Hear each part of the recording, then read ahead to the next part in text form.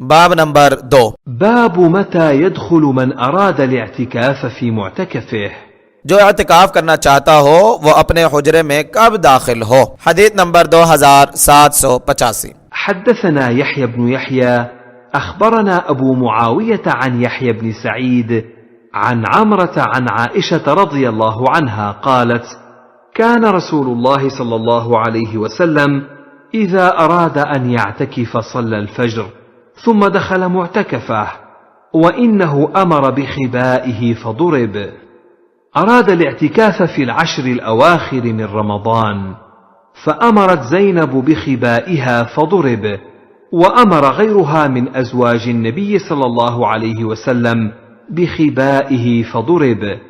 فلما صلى رسول الله صلى الله عليه وسلم الفجر نظر فإذا الأخبية فقال: البر تردن، فأمر بخبائه فقوض، وترك الاعتكاف في شهر رمضان حتى اعتكف في العشر الأول من شوال.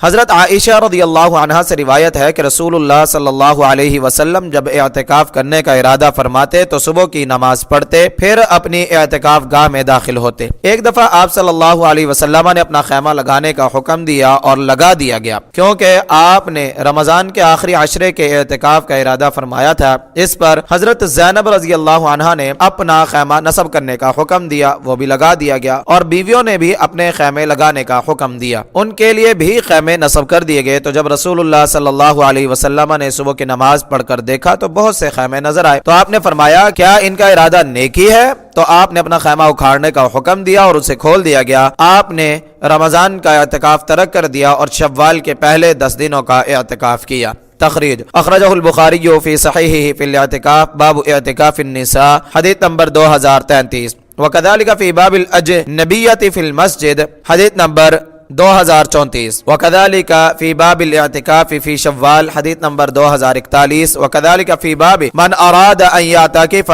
ثم بدا له أن يخرج حدیث نمبر 2045. وابو داود فی سننہ فی الصوم باب الاعتکاف حدیث نمبر 2464. والترمذی فی جامعہ فی الصوم باب ما جاء فی الاعتکاف حدیث نمبر 791. والنسائی فی المجتبى فی المساجد باب ضرب الخباء فی المساجد جلد نمبر 2 صفحہ نمبر 4445. وابن ماجہ فی سننہ فی الصیام باب ما جاء فی من یبتدی الاعتکاف وقضاء الاعتکاف حدیث نمبر 1771. انظر التحفہ برقم 17930 حدیث نمبر 2786. وحدثناه ابن أبي عمر حدثنا سفيان وحدثني عمرو بن سواد أخبرنا ابن وهب أخبرنا عمرو بن الحارث وحدثني محمد بن رافع حدثنا أبو أحمد حدثنا سفيان وحدثني سلمة بن شبيب حدثنا أبو المغيرة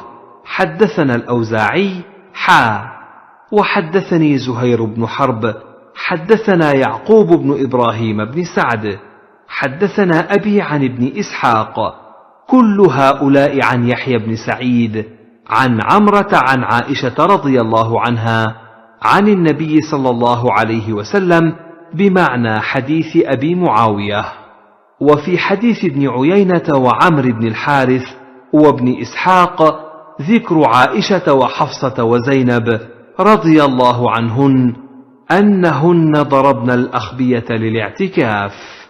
امام صاحب اپنے مختلف اساتذہ سے یہی روایت نقل کرتے ہیں جو مذکورہ بالا ابو معاویہ کی حدیث کے ہم معنی ہے، اور ابن عیینہ، عمر بن حارث اور اسحاق کی روایت میں اعتکاف کے لیے خیمہ لگوانے والی ازواج مطہرات رضی اللہ عنہن کے نام عائشہ، حفصہ اور زینب رضی اللہ عنہن ذکر کیے گئے ہیں. تخریج: تقدم تخریجہ فی الحدیث السابق برقم 2785. فوائد: نمبر 1، اس حدیث سے ثابت ہوتا ہے کہ ایک کام دیکھا دیکھی کیا جائے تو اس میں محض اطاعت و نیکی کی بجائے ریس اور غیرت کا احتمال ہے. عورت مسجد میں اعتکاف بیٹھ سکتی ہے اور مرد کسی سبب سے اسے اعتکاف سے روک سکتا ہے، اور اعتکاف کی قضائی رمضان کے سوا دوسرے مہینہ میں بھی ہو سکتی ہے. نمبر 2، امام اوزاعی، ثوری اور لیث رحمہم اللہ کے نزدیک اعتکاف گاہ میں صبح کی نماز کے بعد داخل ہوگا، گویا اعتکاف کا آغاز صبح سے کرے گا، لیکن ائمہ اربعہ کے نزدیک مسجد میں 20 رمضان کو سورج کے غروب سے پہلے پہلے داخل ہوگا اور اعتکاف گاہ میں 21 کی صبح کو داخل ہوگا، کیونکہ آخری عشرہ کی پہلی رات 21ویں ہے جس میں لیلۃ القدر کا احتمال ہے اور اس کے بغیر عشرہ ناقص ہوگا۔ قاضی ابو یعلا کے نزدیک آپ صلی اللہ علیہ وسلم 20 رمضان کی صبح کو اعتکاف گاہ میں داخل ہوتے تھے۔ علامہ سندھی نے اس کو ترجیح دی ہے کیونکہ حضرت عائشہ رضی اللہ عنہا فرماتی ہیں اذا اراد ان یعتکف، کہ جب آپ اعتکاف کی نیت کرتے تو صبح کی نماز پڑھ کر اعتکاف گاہ میں داخل ہو جاتے۔